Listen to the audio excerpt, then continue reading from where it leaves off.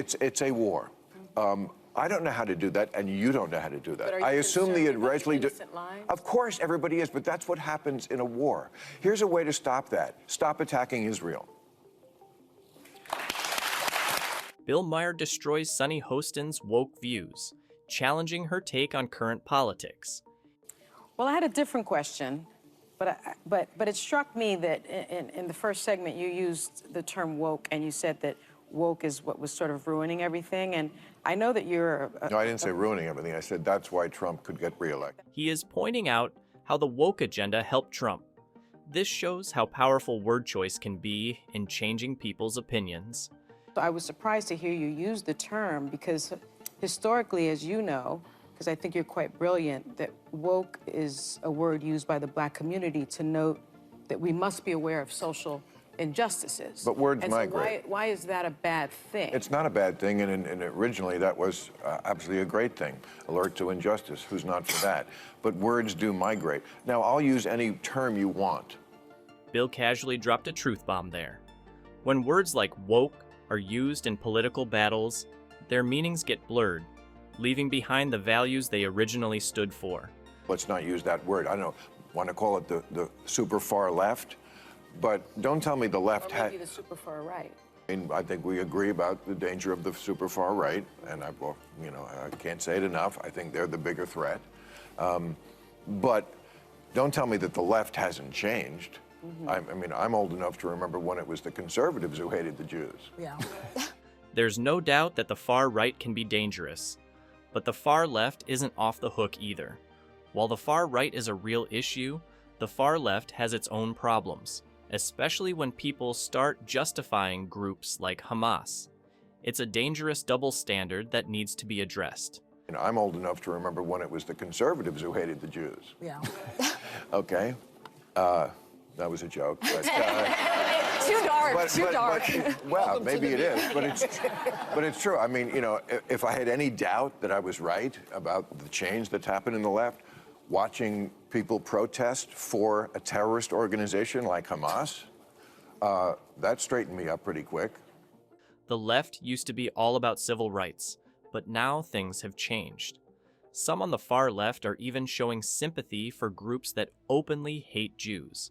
A lot of us were disturbed to see terrorist flags being waved on American college campuses and seeing this, a generation that some I think genuinely care about the plight of the Palestinians. I think most Americans do, but some who seem to be embracing a terrorist organization over the nation of Israel. What do you make of this moment? What do you think it's a result of? How do we fix it?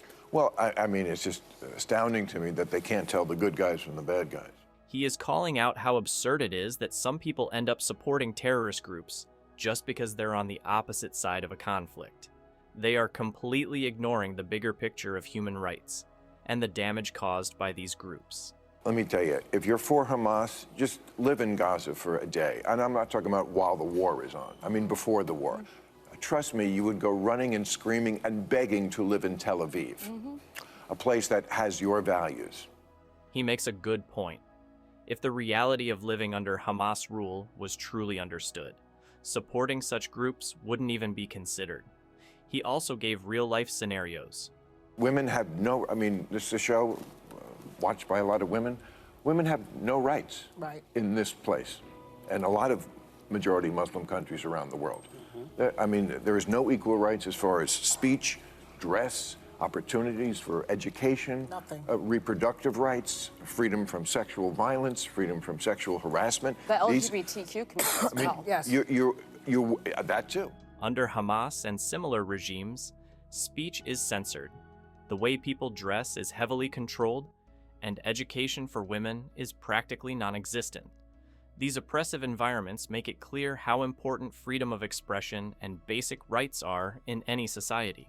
Are you at all concerned about the innocent civilians that have been collectively punished and murdered, largely children and women? Of and are course. you at all concerned about the fact that the International Criminal Court just today issued a subpoena for Bibi Netanyahu? Well, that's ridiculous, but it's a war. Why? It's a war because it's a war, and they were attacked, and they're defending themselves.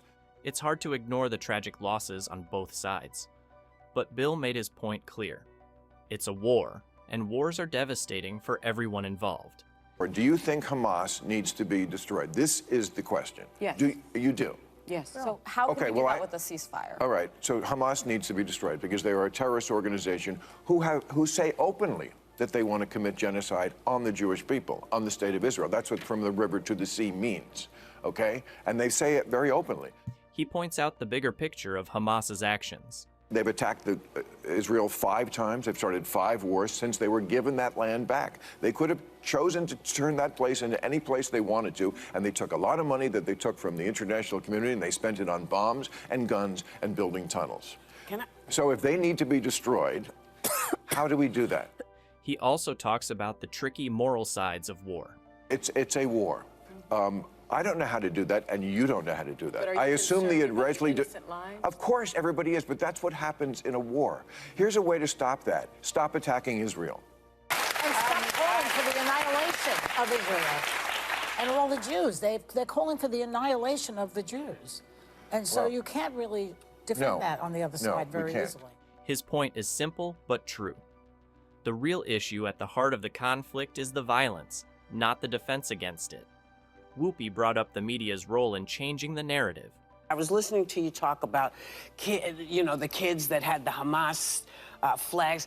So bad players show up and make stuff happen, but do you find that the view that we're being shown seems to be meant to guide us into thinking about people one way, when in fact it may be a much bigger conversation? Oh, of course. I mean, the media is always going to just chase what is interesting to watch.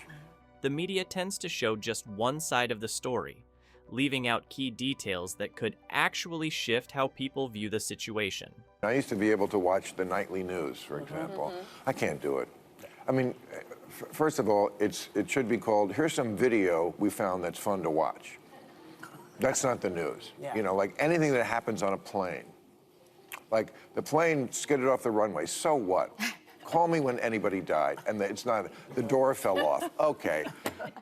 He also talked about the lack of substance in the media. You know, it's just nothing. Yeah. And it's narrative over truth. You know, I mean, it's not like when I hear people talk on either side of it, I always think they're lying. They're just telling me half of it. Yeah. And I never trust them anywhere until I check out the other half. Yeah. And that's just, it's tedious. Yeah. You know, I just want one place, and of course it's my book and my show. He has always used his own platform to speak his mind, and that's something to respect. Well, I think I think we're tribal now, which is not good. And I think there's 4 tribes, basically. There's old school liberals, which I would mostly count myself as, old school conservatives. There's still some of those You've left. changed, though. Wait, what are the other two? Go ahead. Well, What are the other two? well, that's what I was trying to find out in this book. I don't think I have.